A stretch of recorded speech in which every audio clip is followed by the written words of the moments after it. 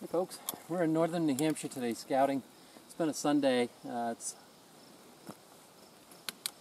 August 19th today, so had a day where not much was going on. Needed to take a break from the sugar house and decided to come up here with my wife and spend the day just looking around. I've been anxious to scout this place out.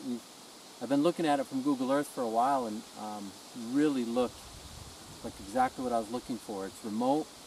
There's some cuttings, there's some virgin timber, and now I'm physically here, and this is the end of the log landing, and there's quite a few good tracks here and there. Nothing huge, but I'm not really worried about a big buck right now. I just want to find deer. I know if it's holding deer, the bucks will be there. So that's what I'm looking for, is a place that deer I can come in here on a good day and just pick up a track. I've come in about 1.5 miles from the truck on my bike, and I plan on taking the bike in the wintertime or during deer season as long as I can get in here. And if I can't, then I'll walk this far. I really don't plan on hunting until I get here, and then I'm going to take off from here, or I might circle around and end up here. But it's nice because this road follows this river basin, and it's all uphill from here. Anywhere I shoot a deer, I can drag it down to this road, so it makes it really nice. I hunt by myself 99% of the time, so it's important to have a strategy to get them out, because if you end up shooting one and you don't have any help, it could be days before you get them out. You know, you do what you got to do, but it's always makes sense to plan ahead, knowing where the log roads are and how to have access to get something out. When I'm scouting, I'm looking for the cuttings in these large areas, from 0 to 7 years old. You know, usually after a year they start attracting deer. It takes a while for the deer to figure out that they're there and that there's stuff growing there. That second year is usually the best, you know, when it starts to get really good. But then when I'm hunting and I'm trying to cut a track on fresh snow, I don't ride the roads like some folks do. I typically have found that I used to, and it is very effective, but I found it was more of a competition. Being the first one up, riding those roads for hours before anybody else even gets out of bed, doing all that just took the fun out of it for me. I really don't enjoy that. So I was recently watching a hunting video where a hunter made a comment that you can't make it happen, that you have to wait for the deer to come in to your stand. And I thought, well, that's exactly the opposite of what we do as trackers and still hunters, because you're going to the deer. You know, if you're sitting somewhere, the deer makes all the decisions. Is he coming out? When is he coming out? How long is he going to stay? All that's up to him. But when you're tracking or still hunting, you're going to the deer. You're finding them wherever they are, and that's very aggressive when you think about it. And it's also a lot more fun. You're always moving. You're always seeing new things. You're not just sitting there waiting for something to happen. You're making it happen, and I think that's a really fun way to hunt. So I bought a drone this year. I really like the footage I saw when I was watching a video that Mountain Deer Taxidermy put out. Rodney Elmer and his boys bought a drone this year. I think it was one of the boys actually that bought it, but I really enjoyed the footage and thought, wow, that is really cool. I really like the ability to view things from the air and really cover a lot of ground in a short time. Makes a great way to pinpoint where the cuttings are, anything new. Google Earth's great, but usually it takes a few years for them to get caught up where the recent cuts are. So this way you can kind of do the same thing. Plus it gets you out there. I really look forward to flying the thing, so I'll make an effort to get out there, do some flying, some scouting, some walking. Great exercise, and it's really enjoyable. So I put a little bit of footage in here so you guys could see what I'm talking about. It's pretty cool.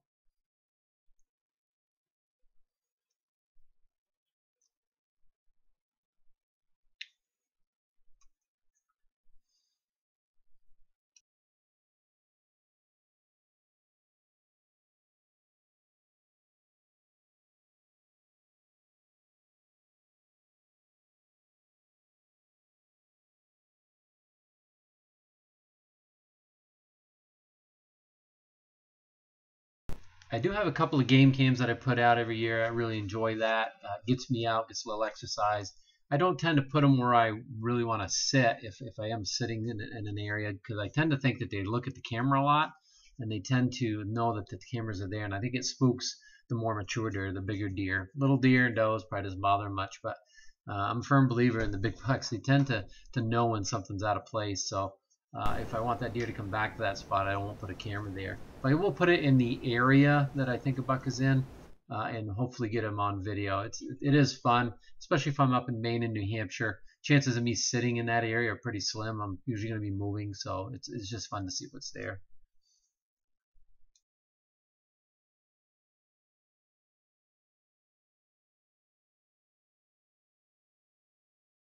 So when I start heading up the mountain, I'll usually gain an elevation until I'm about half to 3/4 of the way up. Then I start slabbing the mountain. I like to get above the cuts if there's any in that area, and just try to cut a track. Most of the activity that I've found is going up or down, and by slabbing the mountain sideways, you usually pick up on the activity sooner, and it tells me what's going on in the. Those high mountain plateaus are great places to look. So if you have a fairly steep area you hunt and you come into some plateaus, or maybe you can see them from Google Earth, or you just know that they're there, those are great places for those deer to be laying down. They love those plateaus. Usually they're somewhere near there. If they're not in the plateau, they might be on a little knob to the side. So that's a really good place to gear down and take your time through there.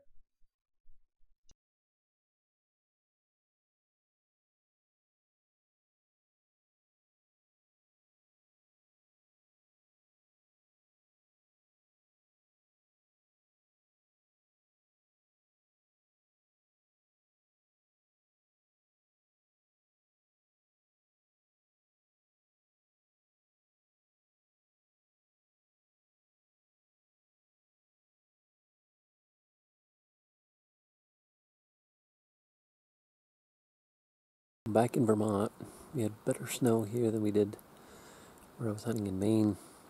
We didn't have any snow in Maine except for up in the high country, and I couldn't get into any deer sign. It was just dead. So I came back to Vermont. I just jumped a nice buck.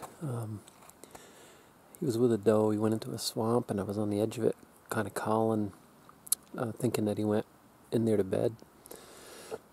Well, I called him for, I don't know, maybe 10 minutes, but I got a little too antsy and went in, and he was actually had turned and he was coming back out. He's on the edge of the swamp, and they watched me walk by and took off. I've jumped him again. He just went down the side of this mountain, and he's heading slabbing the side hill now, which I got off his track knowing that when he was going down the mountain that he would go up again. Whether he went left or right, that's what I have to guess on. But almost always when you jump a deer and he goes down a mountain, he's going to go back up. That's almost a given. If you just got to try to figure out if he's going to the right or to the left and try to cut him off, I think it's your best bet. But just try.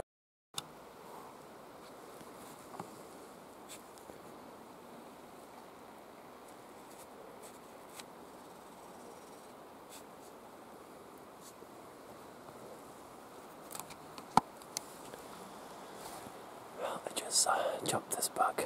I've been working that same deer for the last couple hours. And 100 pounder, he's got quite a big bed, and I see him, but all I saw was about a jump and a half, and he was gone. Unfortunately, he was bedded right here. He had just gotten on his feet, taken about 5 steps, and he was looking and got me moving up about 100 yards up on this neighboring knob, which is really discouraging because had I just been stopped for a second, I probably would have seen him feeding in here because I think he was getting up to feed. Anyways, I'm going to take him for a little bit, see what he does. Sometimes he do something stupid right off if he didn't really know what I was. I fawn bleated at him, so maybe he heard that. Sometimes I've called him back before doing that. I'm going to give him a few minutes to calm down, and then I'm gonna putter along behind him. Well, I never caught that deer.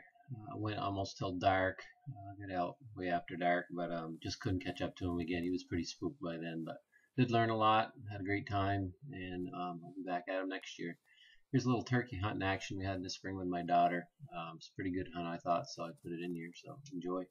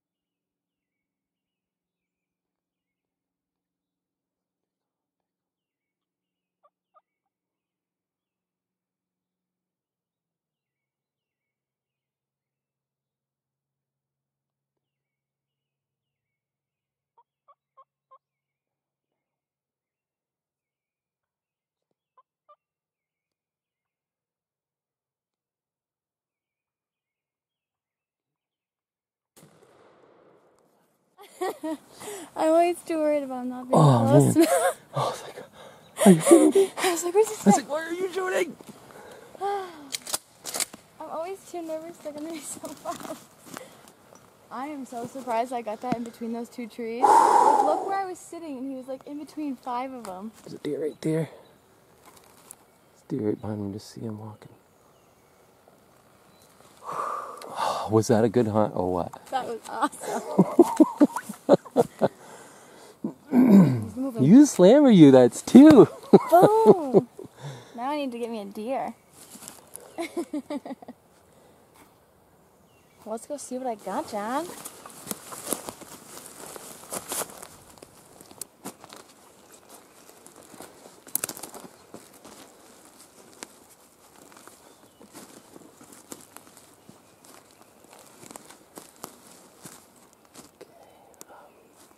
I have a knife.